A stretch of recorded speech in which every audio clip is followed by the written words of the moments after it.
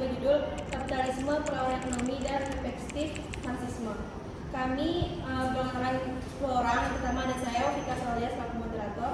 Saya Jessica Ayu Anastasia sebagai pemateri 1. Saya Octavia Guru Chandra sebagai pemateri kedua. Saya Nabila Ramzadunti sebagai pemateri ketiga. Saya Azria Faiz sebagai pemateri keempat. Saya Cesari sebagai pemateri kelima. Saya Sotari sebagai pemateri keenam. Saya Lufia Zahra sebagai pemateri ketujuh. Saya Novira Madianti sebagai pemateri ke-8. Dan saya Nabila Zahira sebagai pemateri terakhir. Baik, mungkin langsung saja penjelasan materi kami yang akan dijelaskan oleh pemateri pertama. Silakan. Kapitalisme sebagai sebuah sistem ekonomi dapat dianalisis melalui kerangka subsistem dan strategi ketahanan hidup. Kapitalisme adalah sistem ekonomi yang didasarkan pada kepemilikan pribadi atas alat produksi dan distribusi barang atau jasa. Dengan bertujuan utama memaksimalkan keuntungan, subsistem kapitalisme mencakup 3 komponen utama, yaitu produksi, distribusi, dan konsumsi.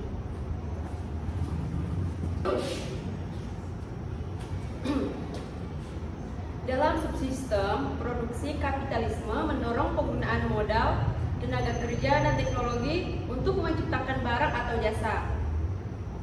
Di sisi distribusi, pasar memainkan peran sentral dalam menentukan harga berdasarkan mekanisme penawaran dan permintaan. Konsumsi sebagai subsistem terakhir dipengaruhi oleh daya beli individu yang seringkali bergantung pada hubungan mereka dengan produksi seperti status kerja dan upah.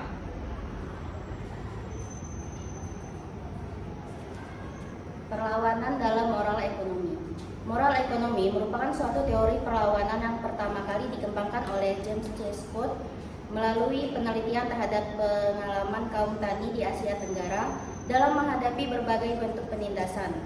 Pemikirannya mengenai perlawanan kaum tani ini kemudian ia dokumentasikan dalam sebuah buku berjudul Moral Economy of the Peasant yang diterbitkan pada tahun 1976.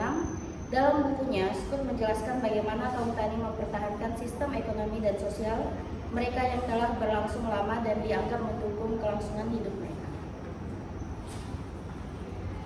Nah, dari perspektif yang lebih luas, teori perlawanan dalam moral ekonomi juga dapat digunakan untuk memahami berbagai gerakan sosial kontemporer yang muncul di berbagai belahan dunia. Dalam era digital sendiri, bentuk perlawanan sehari-hari juga dapat berwujud dalam aksi di media sosial, seperti kampanye daring, penyebaran informasi, alternatif atau kritik terhadap kebijakan pemerintah yang dilakukan secara masif, tetapi tetap dalam batas aman. Nah, hal ini menunjukkan bahwa meskipun strategi perlawanan berubah seiring perkembangan zaman, prinsip dasar moral ekonomi dalam mempertahankan kesejahteraan masyarakat tetap relevan. Perspektif Marxisme. Yang pertama ada Karl Marx. Karl Marx adalah salah satu teoretisi sosial yang banyak memberikan sumbangan konseptual dan fondasi bagi perkembangan sosial ekonomi.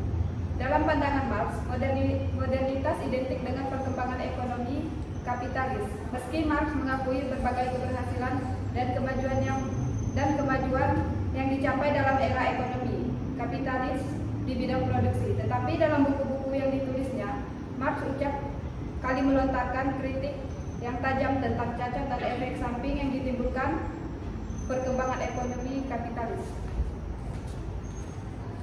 Perkembangan sistem ekonomi yang digerakkan kepentingan meraih laba sebesar-besarnya oleh kelas borjuis dinilai Marx telah melahirkan alienasi dan eksploitasi yang merugikan kelas buruh atau pekerja yang terpaksa harus menerima nasib memperoleh upah yang rendah dan tidak sesuai dengan nilai lebih yang mereka hasilkan.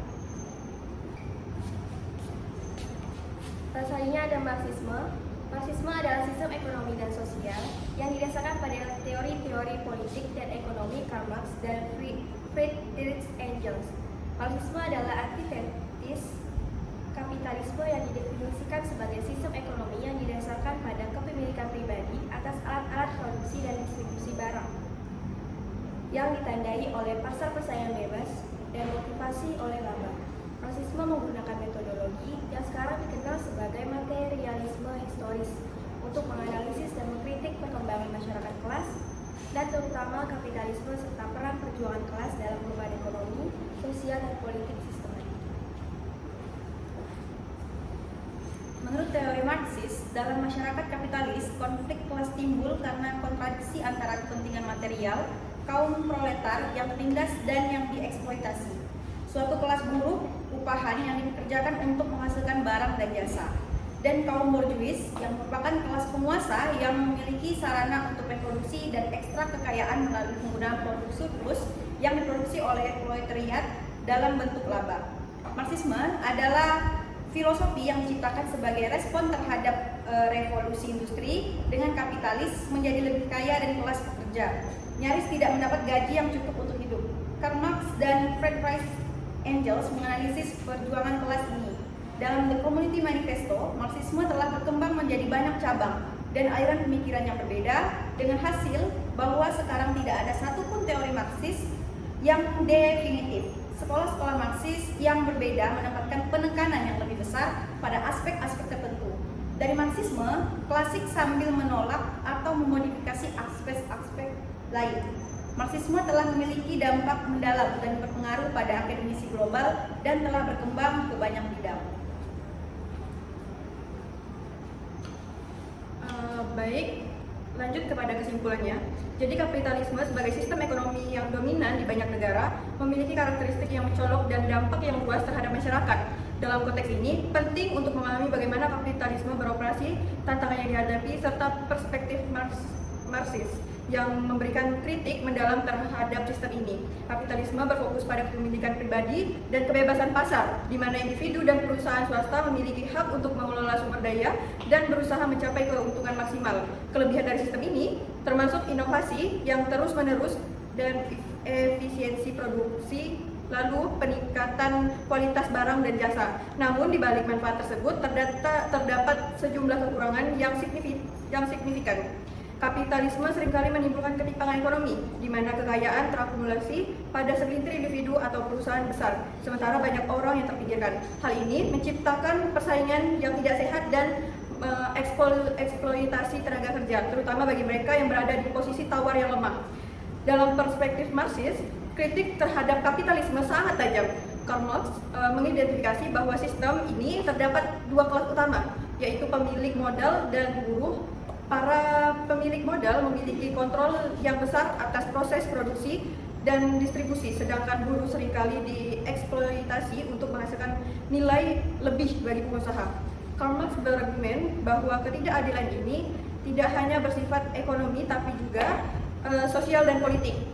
Ia melihat perlunya perubahan struktural menuju sosialisme sebagai solusi yang mengatasi masalah-masalah yang timbul oleh kapitalisme. Lalu, kesimpulan dari analisis ini menunjukkan bahwa meskipun kapitalisme dapat mendorong pertumbuhan ekonomi dan inovasi, ia juga membawa risiko ketidakadilan sosial dan eksploitasi. Oleh karena itu, penting bagi masyarakat untuk mencari keseimbangan antara kebebasan masyarakat dan regulasi yang adil untuk melindungi hak-hak buruh serta memastikan distribusi kekayaan yang lebih merata. Saya kembalikan kepada moderator. Baik, sekian dari kami. Semoga video ini bisa mendampingi teman-teman. Mohon maaf atas segala kesalahan. Terima kasih dan wassalamualaikum warahmatullahi wabarakatuh.